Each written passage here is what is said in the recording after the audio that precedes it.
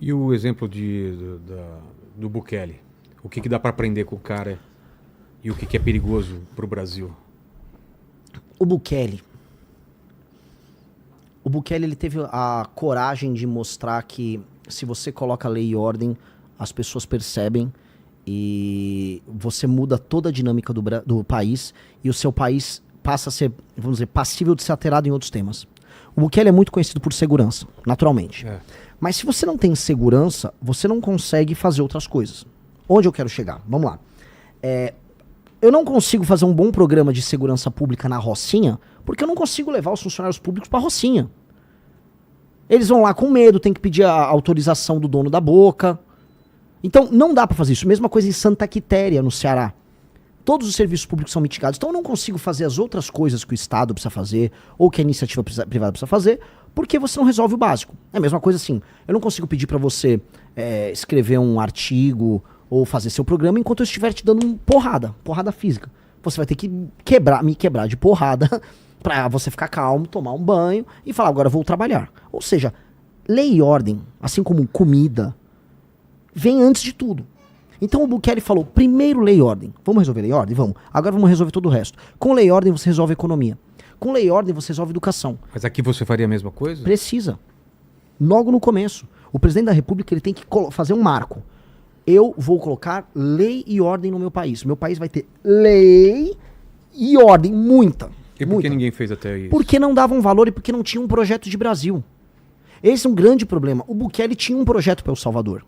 Ele vislumbrava, se eu arrumar a lei, se eu destruir as gangues aqui, aí eu vou poder tentar transformar El Salvador num hub para eu trazer grandes empresas. Aí a Google foi para lá, a China investiu em biblioteca, ele tá trazer empresas de cripto para lá e tá tendo sucesso nisso. Agora, o que ninguém fala do Bukele, o sistema de saúde, um modelo envolvendo inteligência artificial, um aplicativo que ele criou, se eu não me engano, junto com a Google, para integrar o atendimento para as pessoas, é genial, é mais genial do que o modelo de segurança dele.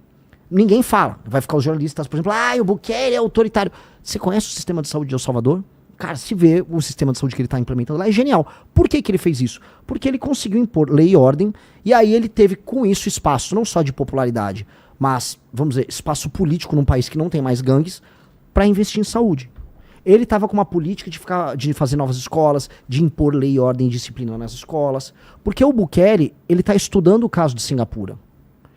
O ídolo do Bukele, no fundo, é o Lee Kuan, lá de Singapura. E agora que eu citei o Lee Kuan, pode anotar que os outros presidenciáveis vão tudo me copiar, né? Que eles adoram copiar. Agora é pra falar de Singapura, eu vou falar do Lee Kuan. Lee Kuan, o modelo do... Você tá mandando indireta pra alguém? Pô, nem é pra alguém, porque o Zema gosta de falar até nos termos. O Flávio copiou um slogan meu. Eu falava, Nordeste é solução. Porque eu falo, se a gente resolve... Você viu o que eu expliquei das prefeituras, toda a construção que eu fiz? O que eu explico é, se você muda o modelo de governança nos municípios e nos estados do Nordeste e gera atividade econômica, o Nordeste para de exportar pessoas humildes para viver de maneira indigna em outros estados, você melhora a qualidade da representação política, todos os estados começam a contribuir com a federação de maneira equilibrada. E aí fica dinheiro de São Paulo em São Paulo, para São Paulo investir em estrada, para Santa Catarina investir em estrada, entendeu? Você resolve a federação. Portanto, o Nordeste não é o problema. O Nordeste é a solução. Essa é a minha tese. Pô, tem artigos, tem tudo. A gente construiu livros sobre isso. O Flávio vai lá e como ele acha que, eu vou pegar votos no Nordeste, então o Nordeste é a solução.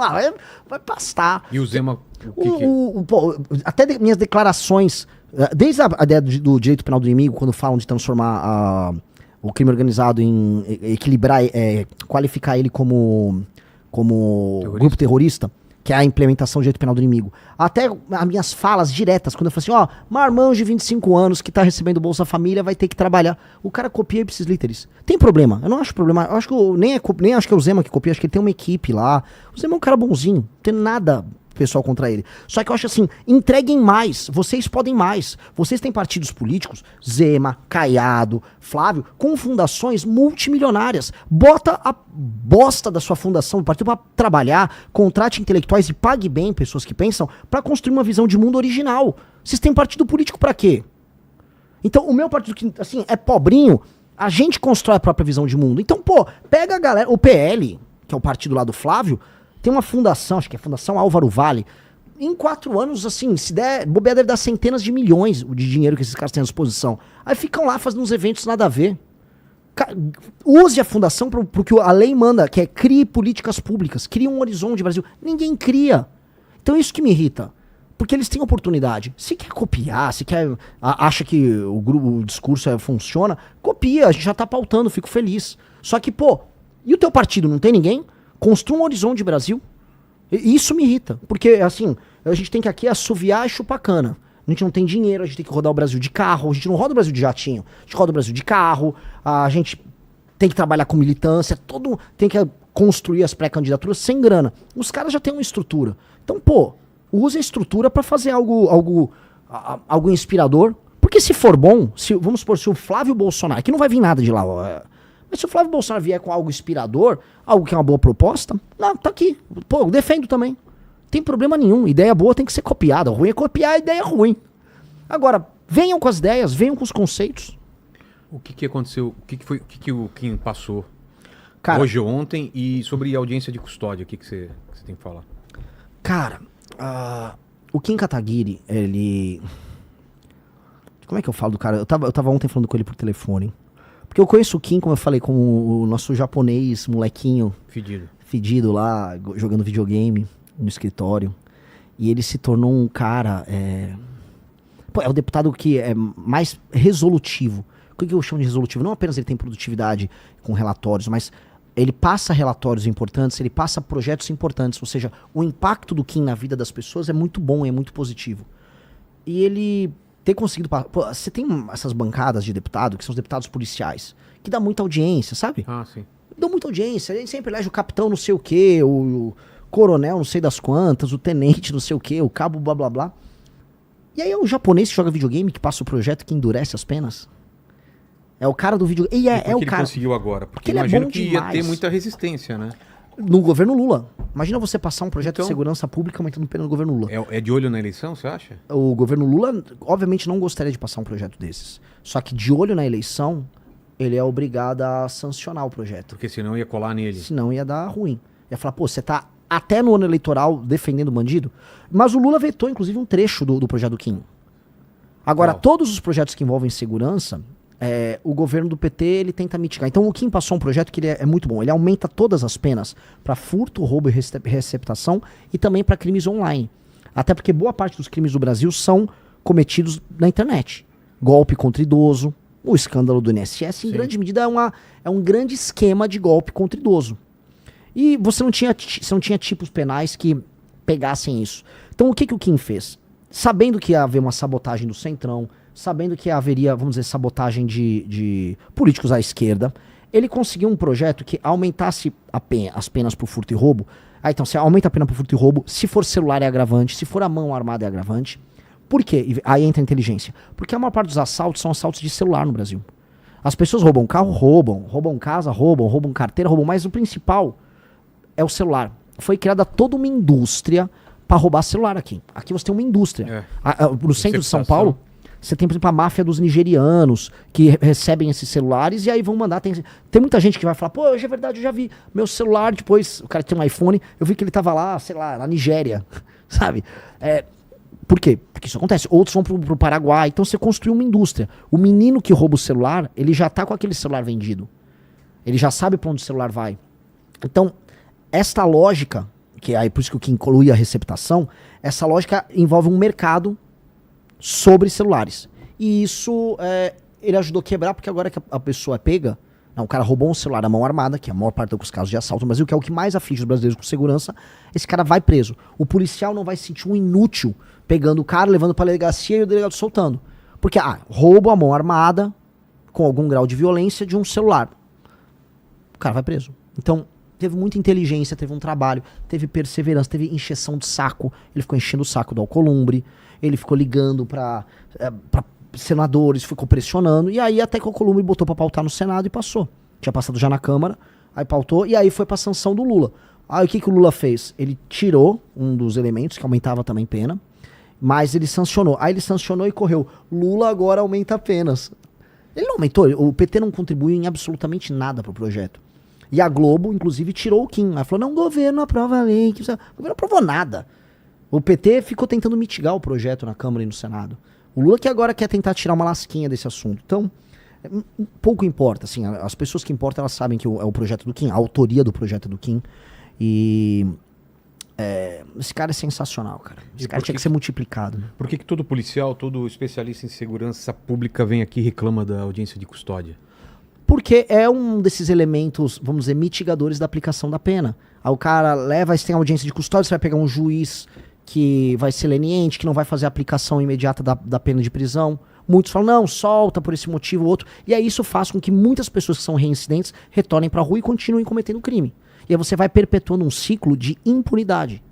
A gente precisa entender, assim, as pessoas que estão assistindo, a maior parte das pessoas que cometem crimes cometem de maneira reincidente. Não é que é aleatório. O Renan saiu, hoje eu vou roubar um celular. Não, são as mesmas pessoas. Você tem que entender, são as mesmas pessoas. E é isso, assim, Vilela, eu te falo.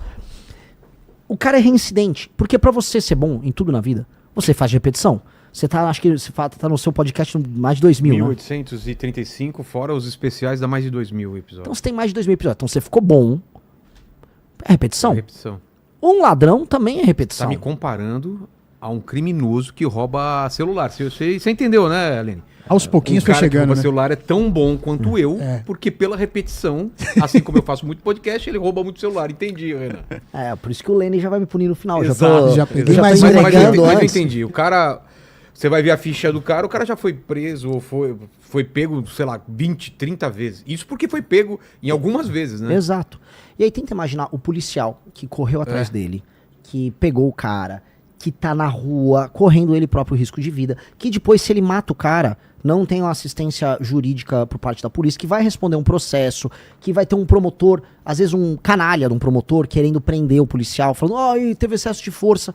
Aí esse cara, tudo passando na cabeça dele, enquanto ele ganha um salário porcaria, pra ele pegar aquele vagabundo e saber que o vagabundo vai ser solto logo em seguida. E ele ainda vai tomar um chá de cadeira na delegacia. Então, se você for pegar todo o ciclo da experiência do policial no enfrentamento ao crime, o policial, pra topar ser um policial num cenário desse, o cara, ou ele é um herói, ou ele é muito louco. E eu acho que na maior parte dos casos ele é um herói. Porque o cara, pra manter a fé na farda, sabendo que tem todo esse sistema construído pra isso, é muito errado. Então, assim, tanto a audiência de custódia, o juiz de garantia, são todos instrumentos criados para manter o criminoso na rua. E o criminoso é sempre o mesmo porque ele é reincidente. O que a gente precisa fazer? Quando o cara é reincidente, aumentar bizarramente as penas. O cara entendeu assim, cara, se eu for pego pela segunda vez, eu vou ter, sabe, por um crime violento com a mão armada, mais de 35 anos de pena, 40 anos de pena, ele perdeu a vida dele foi desperdiçada. Ele tem que entender isso. E aí a gente tem que aumentar o policiamento, de modo a ele ter certeza de que não haverá impunidade. Ele tendo certeza que não haverá impunidade, ele faz um cálculo econômico, porque por mais que ele seja canalha, ele não é um imbecil completo. Dito isso, Vilela, falo aqui, porque não existe solução mágica. Mesmo em países desenvolvidos, Estados Unidos é um exemplo, que tem penas altas, o cara consegue ser um imbecil a ponto de saber que ele vai destruir a vida dele, mas ele vai lá e comete o crime. E aí ele vai ter que ir pra cadeia e vai ficar muito tempo na cadeia. E não vai dar pra ficar a moça dos direitos humanos, não, mas olha só, ele tá muito tempo... Ele optou! Se ele pegou uma arma, botou na cabeça de alguém e fez o seguinte julgamento, olha, você vive ou morre, dependendo da minha vontade. Este cara é um juiz da vida de outra pessoa. A gente nunca se toca, porque a gente, novamente, recapitulando o que eu falei no começo, a gente naturaliza o absurdo. O Brasil é o país da naturalização do absurdo.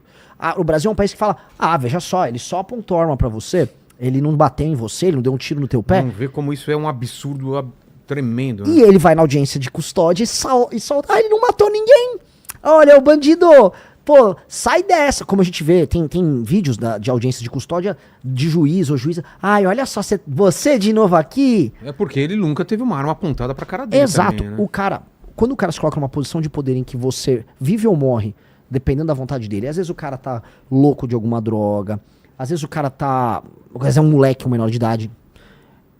Toda a tua vida, todos os teus sonhos, todos os seus amigos, a sua mãe, o que o seu pai sonhou sobre você...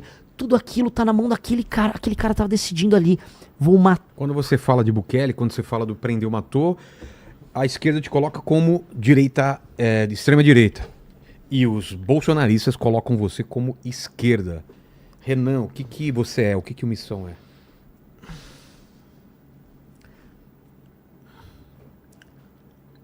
Sem falar de outros, né, termos, fascista e tudo mais, né? Essa é uma pergunta que ela se torna cada vez mais difícil, porque eu tento sempre ser muito honesto e na resposta que eu quero dar. ser meramente de direita, para boa parte dos brasileiros, significa gostar do Bolsonaro. E aí, mesmo tendo propostas muito mais enfáticas e muito mais duras do que, por exemplo, a dos candidatos de direita, como o Flávio, eles vão falar que eu sou esquerda porque eu não sou puxa-saco do sobrenome dele. O esquerdista, veja, eles faziam caricaturas nos anos 90 falando que o Alckmin era nazista. Sim. Tem caricaturas, assim, se o Lênin quiser encontrar, vai ter meme na internet. Caricaturas do Latuf, do Alckmin andando com braçadeira nazista. Pra eles, qualquer um que discorda um pouquinho vira fascista, vira nazista. Então, é um tipo de ataque que não conta. O do bolsonarismo é um ataque que faz parte da ideia de que eles definem se você é ou não um inimigo. Olha, se você não tá com o Bolsonaro, você é inimigo, então você é um comunista. Isso é vazio. Então, se você estuda as nossas propostas, a ideia de lei e ordem, você vai falar que nós somos um grupo à direita. Ponto. É um grupo à direita. Qualquer classificação clássica, qualquer literatura. Se eu botar um professor sério de ciências políticas para estudar, ele vai falar, isso aqui é um grupo de direita. Beleza. Entretanto, a gente tem uma coisa aí, uma característica nossa, minha, do Kim, de todo o time. Nós somos criativos e nós procuramos soluções fora da caixa. Por exemplo, aquilo que eu falei para você no começo do programa sobre os prefeitos nos interiores do Brasil. Isto é um problema de esquerda ou de direita? Não dá pra saber. Eu não sei. Eu não sei se é um problema de esquerda ou de direita. É um problema.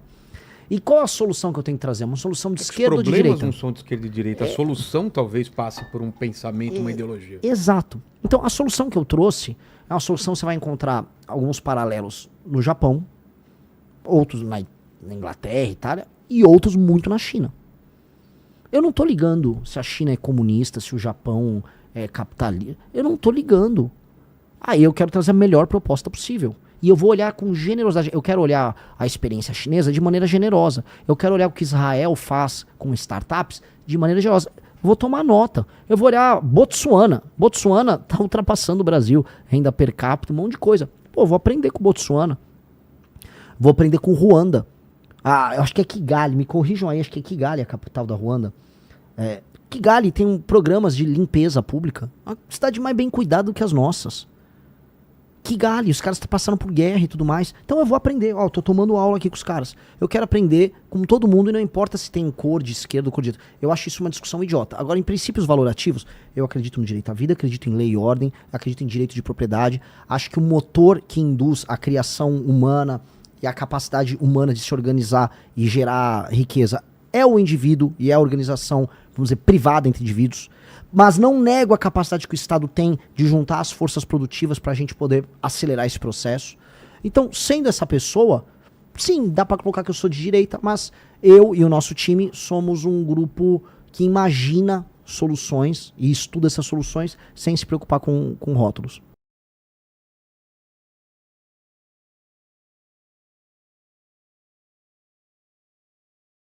Se gostou do vídeo, se inscreve no canal para ficar por dentro.